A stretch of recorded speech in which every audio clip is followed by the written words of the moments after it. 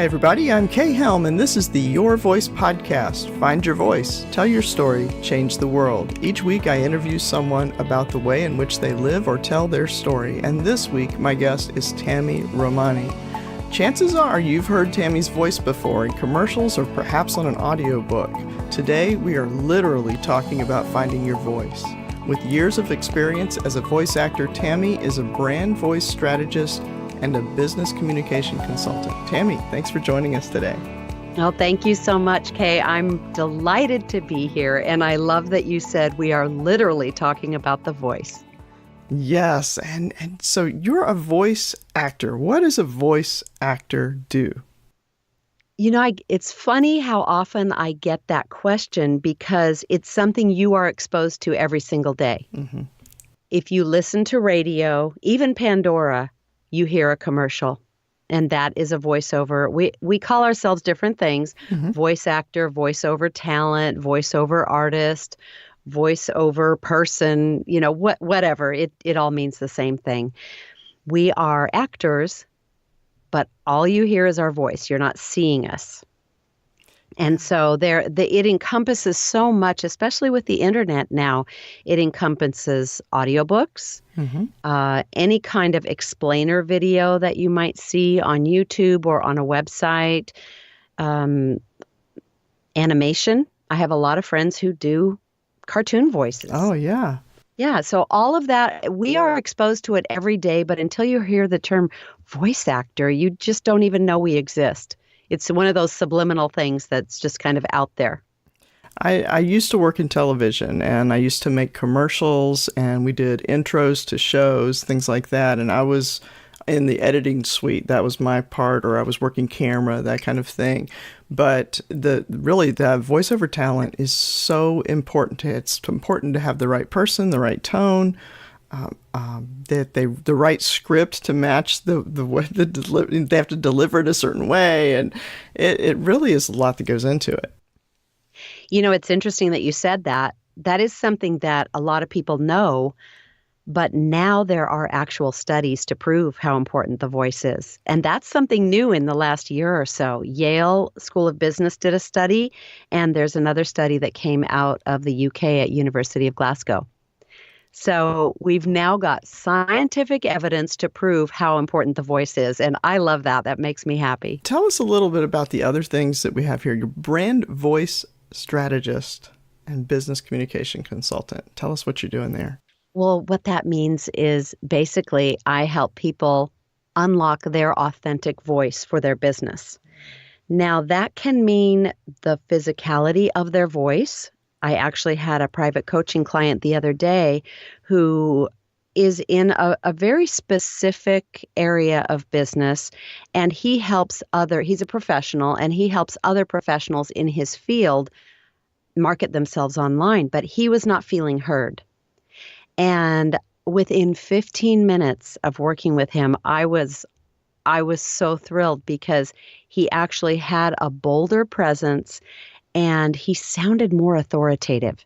So when I say brand voice strategist, I want to say that it is actually working on what your voice sounds like, because we now know that everyone has a pet peeve that they cannot listen to. Yes. Right? I'll go off on a bit of a tangent here. I recently posted on my social media the question, what is a vocal quality or lack thereof, or a speech habit that you absolutely cannot listen to and makes you tune out? Automatically, you turn this person off. And boy, it was one of the most engaged posts I'd ever had in a long time. And everyone has a pet peeve. Yes. And they answered, I cannot stand it when it's too sing-songy, or monotone was just as bad. Mm-hmm.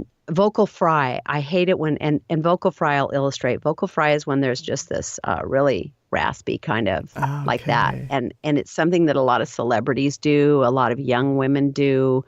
It's very annoying to listen to. As you can tell, you sound like you need a nap. Oh, no. Yeah. Basically. And it sounds like something learned, too, like somebody trying to affect something. I believe it. Part of it is subliminal, and I believe it is learned, and it can be unlearned. Oh, that's good Other news. people said things like using filler words. Mm-hmm. Now, what we need to learn is how powerful the pause is. Just blank air for a second to let people gather their thoughts and lean into what you're about to say next. If you Yes. fill that with a sound or a word, like, or a phrase. Some people say, do you know what I mean? Do you know what I mean? Mm-hmm. Or you get what I'm saying? Some people insert just they're uncomfortable with blank space. And blank space is what really makes your listener lean in and hear you. Anyway, all that to say, the list goes on and on and on. Everyone, do you have a pet peeve that you cannot listen to? Well, right now, I'm very critical of things that I've found myself doing since starting the podcast, and it's been the filler words. Okay. What I discovered was that I would work on getting rid of one filler word, and I would end up putting another one in. Oh, that you're not alone. And it's okay to use them now and then. Okay. It's okay to say like once, but do not say it every sixth word. Yes. And I actually had to turn off a big influencer the other day. He was giving some really good information about some software to use for live streaming. And I could not listen to him because every sixth word was Oh, and no. I'm sure he didn't know it. And I don't know how he got to the position he was in as an influencer with so many followers because I just couldn't do it. So that's one of my pet peeves as well. And for me, vocal fry. I will turn off a podcast.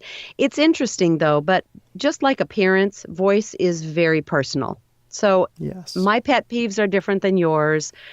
I might be able to listen to a podcast and go, oh, that was the greatest podcast. And someone else will listen to it and say, I couldn't get past that voice. So it's a very personal preference thing. So that's why there's so many of us doing the same thing. Right. And That's you, I'm sure, true. talk about that a lot when you talk about finding your voice. And I'm Yes. sure an objection you hear is, but there's other people doing what I'm doing. Right. Right. Always. And I say, but they don't sound like you. True.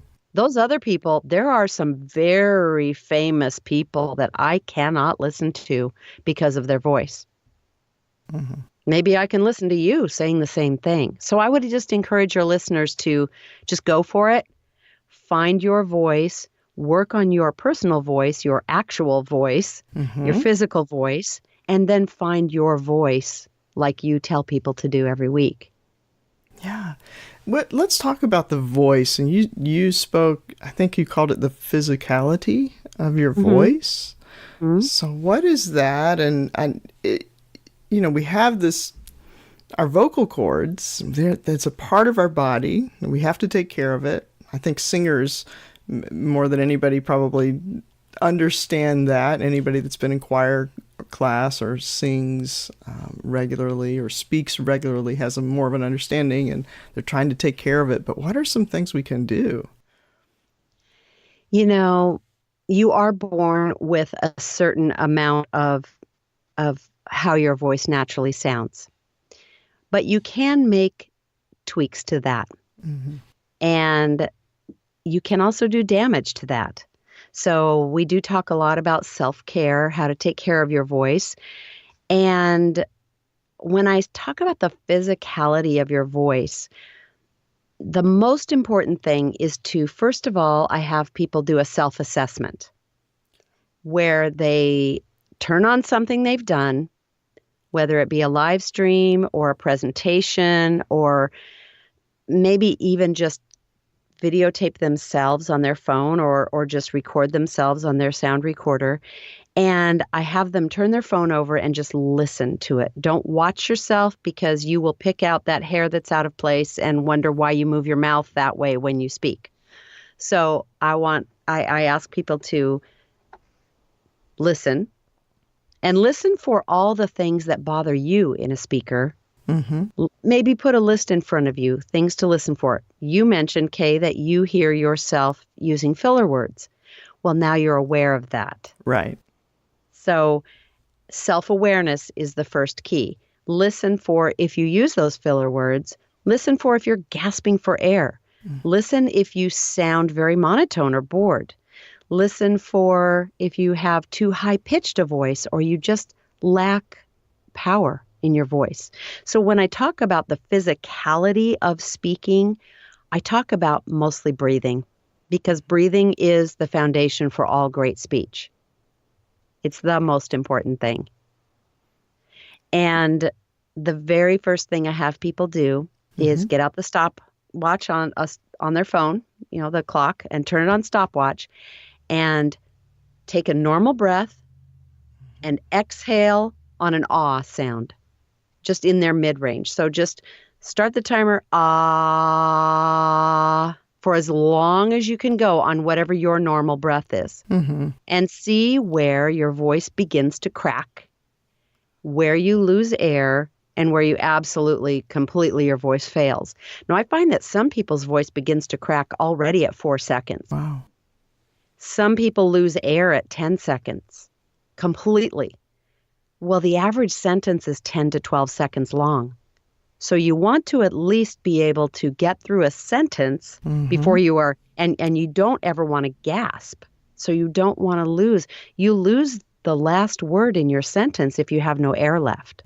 It will either go into a vocal fry, or it will you're just barely pushing it out. So you just have no force, no authority. So, and that changes how people perceive you in your message that you're trying to get across. Yes.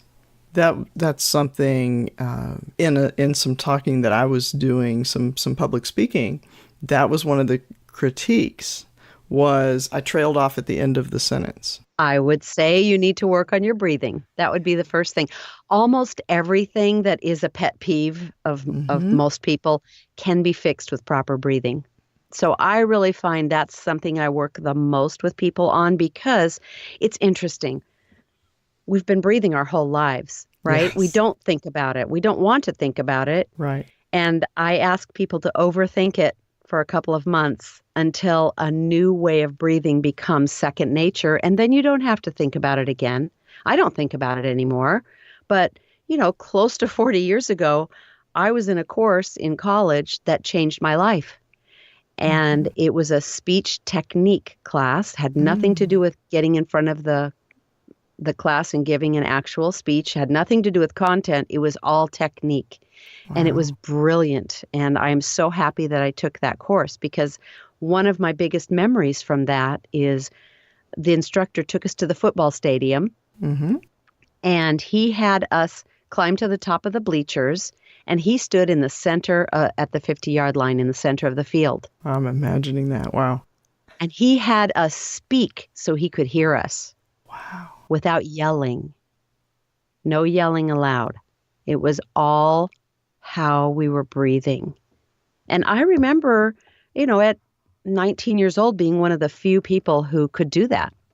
Wow. So that really impacted me. And I didn't really realize it until just a few years ago, how much that one class set a tone for the rest of my life. It affects how people interpret what you're saying. Like the trailing off at the end of the sentence. That doesn't come across to most people as, oh, she's short of breath. It comes across as she's not sure about what she's saying. Absolutely. Absolutely. So fixing your breathing is the very first thing that you can do. And that comes from practice, daily practice of taking. I have some exercises. I actually have something that your listeners can go to. It's TamiRomani.com/breathe. And that will get you to just a simple document that is 4 steps you can breathe your way to a stronger voice. And it will give you some simple exercises.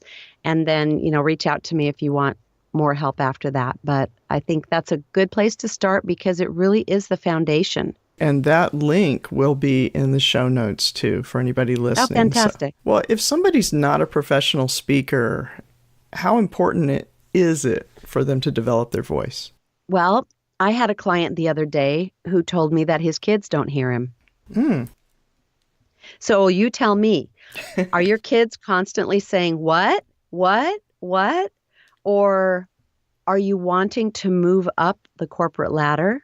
You don't have to be a business owner needing to promote your self on social media, although that is probably who I work with the most. And that's the people that have reached out to me the most are those who are authors and people in different areas of business and are realizing that this is how promotion is done now, is you do have to turn the camera on yourself and be the voice of your own brand. And by brand, I mean yourself. You are your brand, right? So Yes. voicing your brand means turning that camera on yourself and being that voice. Now, I also do teach people that there's a time to hire a pro as well. I don't recommend that people do their own narration for an explainer video because you want it to be heard and you don't want people to think about the voice. And if you are not professionally trained, of course, when you are in business, they need to see your face and you have to be your own voice there. But there's a time and place for everything.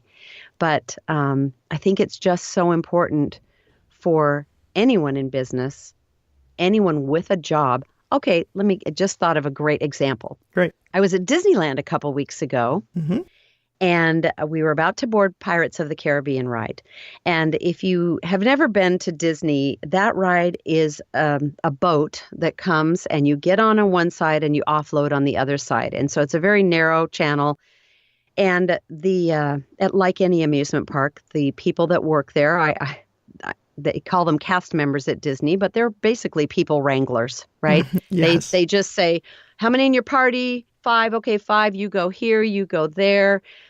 And I stood there and watched. I had a little extra time because we had my 3-year-old grandson with us, and he needed a potty break right as we got to the front of the line. Of course. So my son took him off, and we stood there, and I just watched this one young lady, and she was brilliant. She was the best crowd wrangler I've ever seen on a ride anywhere. And she was like, 2, okay, 2, you go here, you go there. And then I witnessed her calling across the water across the boat to the employee who was offloading people because he had asked her, how come people are hearing you? It's a noisy place in there. There's music going, the boats are moving, there's noise from that. There's a restaurant right there, so there's people talking. And he said, how are people hearing? So she just did not shout. She said, you just have to talk from your diaphragm so people can hear you. And she was forceful, and I just looked at her and said, oh my gosh, you are my hero right now. Yeah. I said, this is what I do. I teach people how to be heard. And I said, you are doing everything right. No one else says what to her. No one said that. No one missed what she was saying. She was so much more efficient for the company in getting people on the rides because everyone heard her. Yes. And she just shrugged her shoulders and said, I guess it's all those years of choir training I had. You know, she probably was a college student. She looked to be maybe 22. And I said, yes, but here's the thing. Not everyone has the vocal training that singing in a choir in high school gets you. Right. But we all need that. In her job, think about it. If that was part of her training, she wouldn't have to be telling her coworker how to do it. True. They would all have that newfound authority. Right. They would be able to be heard. So what I want to say is this is something everyone can use because it sets you apart from other people at work. It may get you a promotion faster because you just carry yourself differently when you are being heard and when people are not asking you, what'd you say? Or can you speak up? Or what was that last word? Nothing gets lost. And it's so frustrating when you have to repeat yourself over and over and over again. And that affects all kinds of things. And for your listeners, too, when they have to ask what, and when they have to stand there confused because they didn't catch everything. And for one, I hate asking that because I know how it makes people feel. I'm so sorry. Can you just repeat that sentence again? I didn't hear the end of it. How many times have we said that to people? Yes. So I don't care if you work at a drive-through at Starbucks or, McDonald's, you need some kind of strength in your voice and you'll get noticed. You'll Mm-hmm. get that promotion faster than someone who doesn't have that. If you work in a company structure, I saw someone comment the other day that they were at a room full of vice presidents in a big Mm-hmm. corporation. And this one gal said, well, how will I know who the vice presidents are? And he said, oh, you'll know by how they speak. Mm. There's not a head of a company anywhere who hasn't had some kind of vocal training to make them sound more confident and have a better presence. So I would say to anyone climbing the ladder or Mm-hmm. having your own business, getting your voice right is so important. I find that so many people don't do what they feel called to do because they're Yes. afraid people won't like their voice. So there is a bit of self-awareness where, ooh, I don't really like my voice, so I'm sure others won't. Well, let's fix that. It's very simple. And it really starts with breathing properly. And I think that's such a good thing to know that yes, you just because your voice sounds a certain way or you have certain things that you're doing in your speech, that doesn't mean that it won't change or can't change. Absolutely. And if you have little things like you say like once in a Mm-hmm. while, or you say dude, or you say something silly, that's part of your personality. Mm-hmm. So I don't teach people to clean up your speech so much that you have no personality left. You be you, but let's take care of the quirky things that are repetitive so that they become a hindrance to your message. Mm-hmm. Anytime as a listener, anytime someone needs to, well, okay, they're not even thinking about it actually. Let's just say they're not aware that a certain type of vocal pattern bothers them, but you repeatedly say or you say like, or you clear your throat all the time, or you take a gasp for air. Mm-hmm. Anything that interrupts the listener's flow of your message makes them stop. It abruptly stops them from hearing the rest of your sentence. Mm-hmm. So if you have a sentence and then you like that, or even you have a smacking sound or something, it subconsciously turns off the listener's focus to what Mm-hmm. your message is. Right. So what I try and tell people is think about that. Make sure you take a good deep breath and you let the air carry your sound.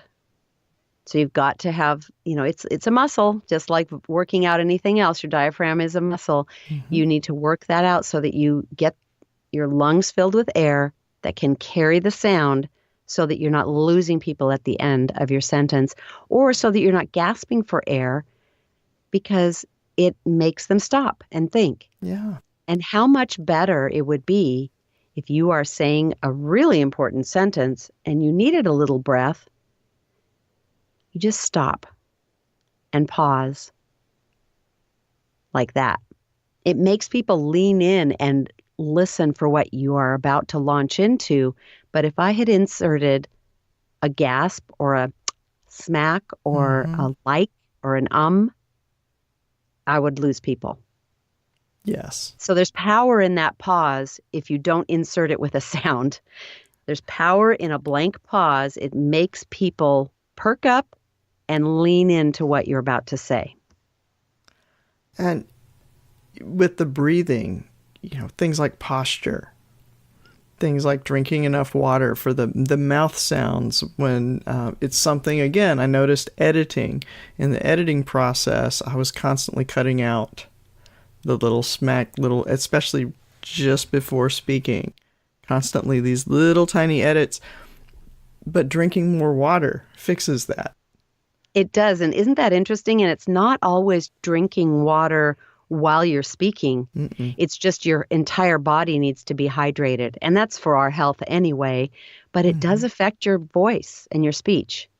Yeah. You know what they say, drink half of your weight in ounces every day Right. is a goal, or even start with 75 ounces. Let's say you have three 25-ounce bottles. That's what I have. I have three Mm-hmm. 25-ounce bottles. I fill them all up. At the end of the day, they better be empty. Mm-hmm. That's my goal. And then, anything extra over that, tea is also good, but you do need to consistently drink water because your whole body will feel it, but it will come out in your sound. Just a little tip too. I found that when I drink water, if I drink from a larger bottle, I drink more easily and faster during the day. It's Yes. not such a struggle. You don't have to stop and remember to fill it up Right. because you don't feel thirsty. I know when I finish a bottle, I think, oh, okay, I'm done with that one. And then I don't go fill it up, Right. right? Yeah. So water is very important. Having something soothing for yourself. Tea is good if you're feeling especially tired, your throat is tired. Let me just tell you another thing breathing does is Yeah. it helps to relax the tension in your throat. So if you've ever heard somebody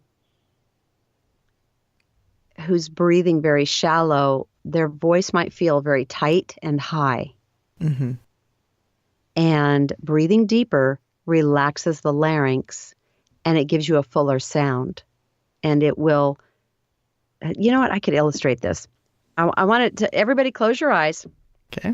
Put one hand on your chest, like just below your clavicle area or your neck area, and one hand on your stomach, like right at your rib cage, like over your stomach area. That's where your diaphragm is.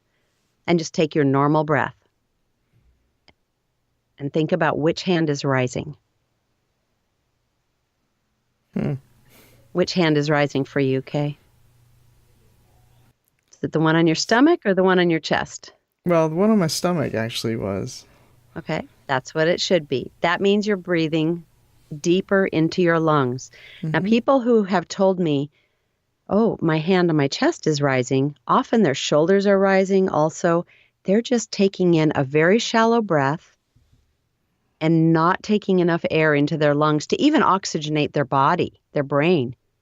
Your brain will feel clearer when you start breathing deeper because it's like drinking enough water for your whole body and it helps your voice. Breathing properly helps your whole body and your voice.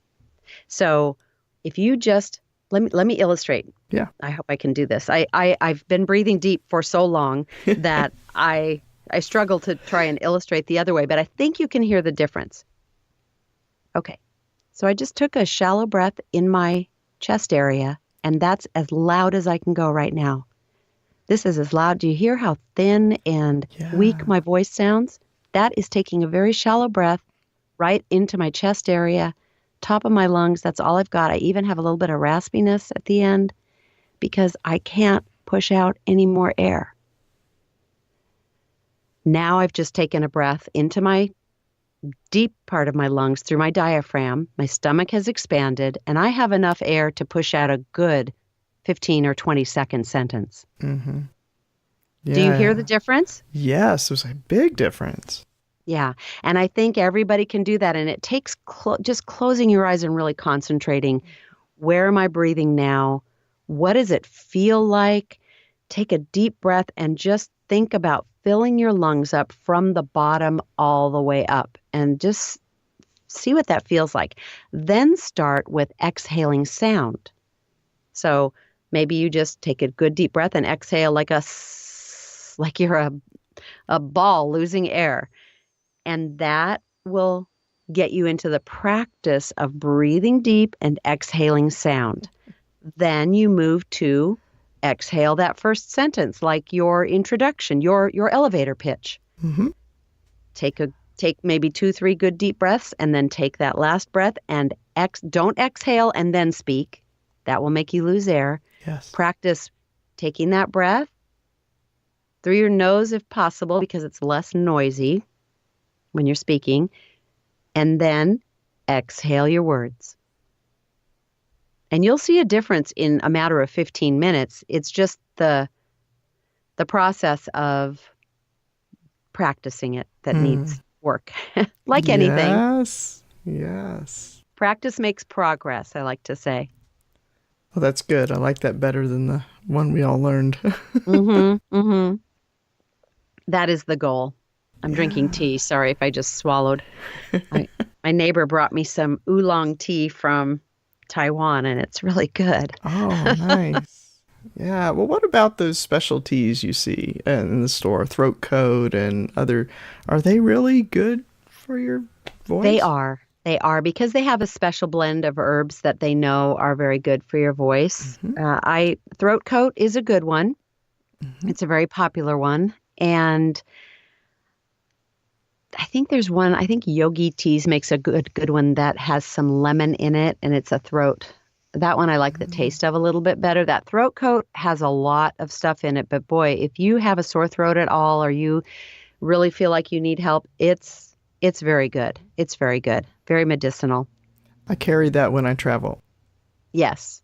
Yes, there are all kinds of tips and tricks of little things. I also found something the other day. It's from, I think I got it at Sprouts Market. It is just a bottle of hyaluronic acid.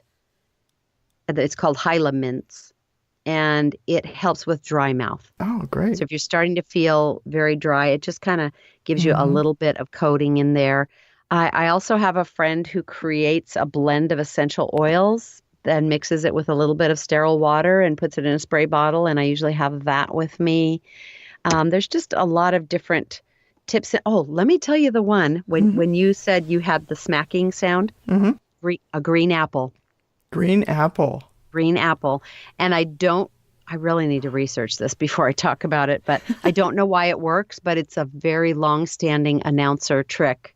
Most announcers in their booth will have a green apple with them. Oh, wow. And it just does something to neutralize everything, and it makes you have less mouth clicks and those weird dry mouth sounds. So green apple, have one on hand, and don't chew it on mic. Yes. That would ruin it all. Yeah, but if anyone has a speaking gig or something, you will often see in a green room a bowl of green apples, and that's why they're there. Little voiceover trick for you. Okay, Tammy, we talked earlier a little, we just mentioned it, and I want to come back to the things that we do when we're speaking, these little habits that we have and how they affect the way that people perceive us. You mentioned some studies. Yeah, yeah, and it's really remarkable that this hasn't been done sooner. But in 2014, there was a study at the University of Glasgow in the UK showing very consistent results. And it's interesting to me because what they did was they had some participants come in and record a paragraph. Hmm. And that paragraph included the word hello. Well, then they edited out everything they recorded and just extracted that word hello and played that for their study group.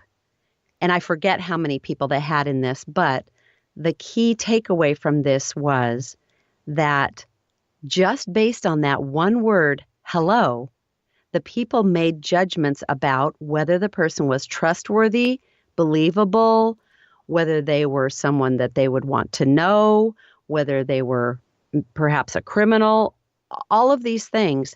And it didn't matter that their assessment was true or not. What mattered was it was consistent. Wow. So you know that very famous phrase from the movie Jerry Maguire, you had me at hello. It They really is true. It really is true. And I'll tell you what that has debunked is it's widely accepted among business groups that you have 7 seconds to make a first impression. But this study proves that once you open your mouth, people judge you almost immediately.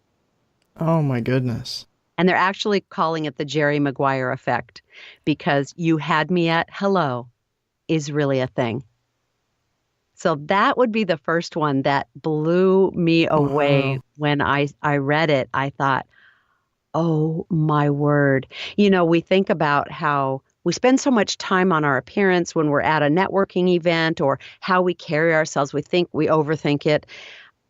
And what we don't understand is we might make that great first impression from across the room, but once you start speaking to people, you had me at hello. Mm. So it really, really is important. And then another study came out of Yale, and this was published just in the fall of 2017, I believe. Really It recent. concluded, very recent. It was in their business school, and they concluded that voice-only communication will communicate emotions better than any other form of communication. So what they concluded, and they did 5 separate studies, 5 different groups of people, 5 very different techniques, and they came to the same conclusion that people who heard voice only were better able to, what they called it enhanced their empathic understanding. So if you had a message you needed to get across, it's more believable through voice-only communication. This is why podcasts are gaining in popularity so much rather than watching video. Video is important, but we have learned to mask so much in our appearance and how we carry ourselves and in our facial expressions and our body language, that what this study showed is that voice-only communication far outweighs body language, facial expression, or any other visual means of communication in expressing empathic understanding. Wow. So I would have thought that it would have been, being able to see somebody's face would be a key. Yeah, and they really attribute that to the skill that we have all developed of masking ourselves and pretending. But apparently the voice is not as good at pretending. You know how you hear vocal tension? If you close your eyes and listen to a lot of people speak, you can hear if they're nervous, if they've got something else on their mind, if they're distracted.